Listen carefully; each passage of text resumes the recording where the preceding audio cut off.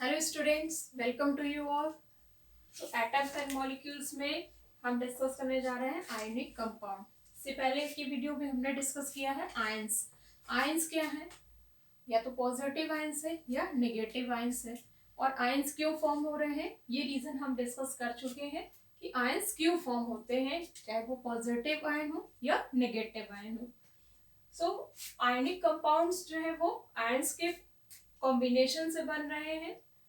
तो इसको हम डिस्कस कर रहे हैं वन बाय वन कि क्या क्या पॉइंट्स इसमें हैं। Ionic compounds are those compounds which are made up of ions. तो जो भी आयनिक कंपाउंड्स बन रहे हैं यहाँ पर हम देख रहे हैं कि ये कंपाउंड जो है आयंस के कॉम्बिनेशन से बन रहे हैं। यहाँ पे ये आयंस होंगे positive ions and negative ions, it means cations और anions. So the cations and anions in an ionic compound are held together by strong electrostatic force of attraction. यहाँ पे ये ध्यान देने वाली चीज है कि strong electrostatic force of attraction होगा किनके बीच में, कैटायंस और एनायंस के बीच में।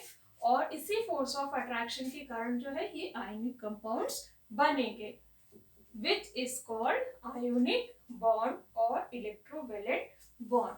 सो अब यहाँ पे हमें ये समझना है कि इलेक्ट्रोवैलेंट बॉन्ड या आयोनिक बॉन्ड क्या है।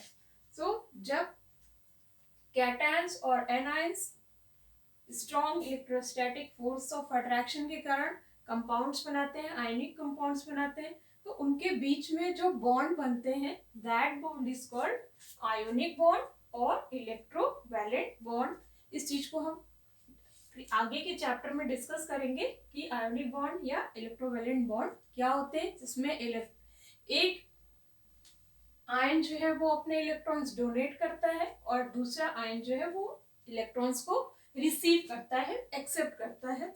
और इस तरीके से जो बॉन्ड्स बनते हैं उनको हम बोलते हैं electrovalent bond. So next, an ionic compound is made up of a large number of cations and anions held together by strong force of attraction. It means कि यहाँ पे हम जैसे सोच रहे हैं कि एक ही कैटायन होगा, एक ही एनायन होगा और वो मिलके एक आयनिक कंपाउंड्स बनाएंगे, ऐसा बिल्कुल नहीं है। लार्ज नंबर ऑफ कैटायंस होते हैं और लार्ज नंबर ऑफ एनायंस होते हैं और ये स्ट्रॉन्ग फोर्स ऑफ अट्रैक्शन के कारण जो है बॉन्ड बनाते हैं।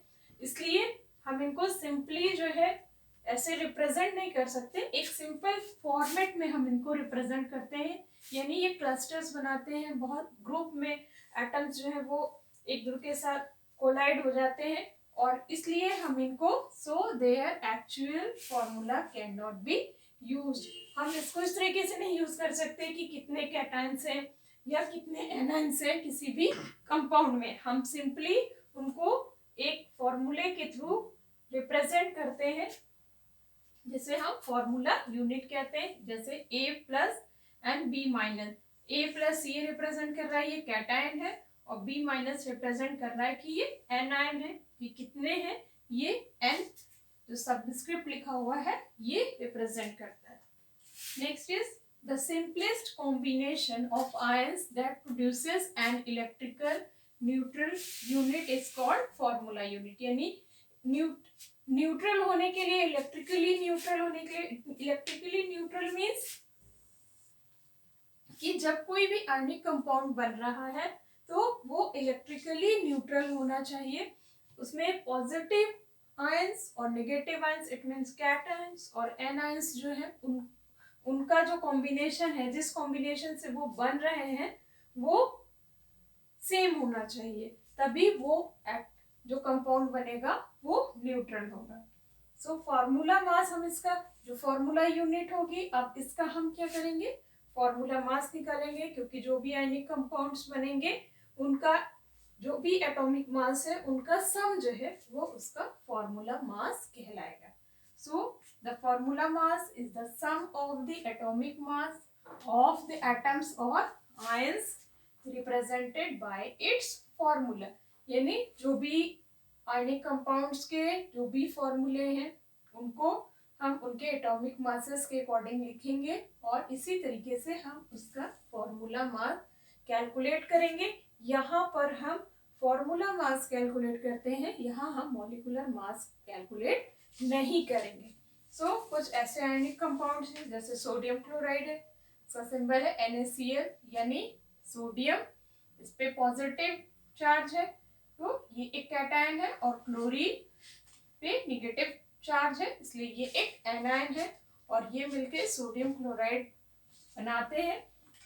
यहाँ पे आप देख सकते हैं यहाँ एक प्लस और एक माइनस, सो इस तरह से सोडियम क्लोराइड एक इलेक्ट्रिकली न्यूट्रल यूनिट बनता है, कंपाउंड बनता है।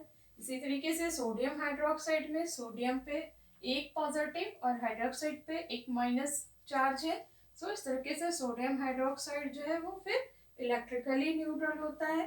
कैल्शियम क्लोराइड है, जहाँ कैल्शियम और क्लोरीन के दो एटम आप देख रहे हैं, यानी कैल्शियम की जो भी वैलेंसी है वो +2 है और क्लोरीन की -1 है। इस वजह से कैल्शियम क्लोराइड में CaCl2 हम लिख रहे हैं। ये चीज हम डिस्कस करेंगे कि कैसे हम आयनिक कंपाउंड्स के फॉर्मूले को लिखते हैं। तो जो भी वैलेंसी इनकी होती है ये एक दूसरे से क्रिस क्रॉस हो जाती है, और इस तरीके से कैल्शियम क्लोराइड CaCl2 बन रहा है। इसका ये फॉर्मूला है यहाँ पर। और एल्यूमिनियम ऑक्साइड में हम देख सकते हैं Al2O3। सो इस तरीके से आप देख रहे हैं एल्यूमिनियम की वैलेंसी 3+ और ऑक्सीजन की 2- है, और जब हम इन्हें क्रिस क्रॉस करके लिखते हैं, क्यों? क्योंकि हमें इन्हें बैलेंस करना है। इट मीन्स कितने पॉजिटिव आयंस है, कितने निगेटिव आयंस है, कितने कैटायंस और कितने एनायंस पार्टिसिपेट कर रहे हैं किसी भी आयनिक कंपाउंड को बनाने में। तो इनको हमें बैलेंस करने के लिए जब इनकी केमिकल रिएक्शन होती है तब हम इनके सिंपलेस्ट फॉर्म को लिखते हैं। सो ये कहलाता है Al2O3, यानी ये एल्यूमिनियम ऑक्साइड का फॉर्मूला है जो रिप्रेजेंट कर रहा है। तो इस तरीके से हमने देखा कि आयनिक कंपाउंड्स जो है वो कैटायंस और एनायंस के कॉम्बिनेशन से बनते हैं।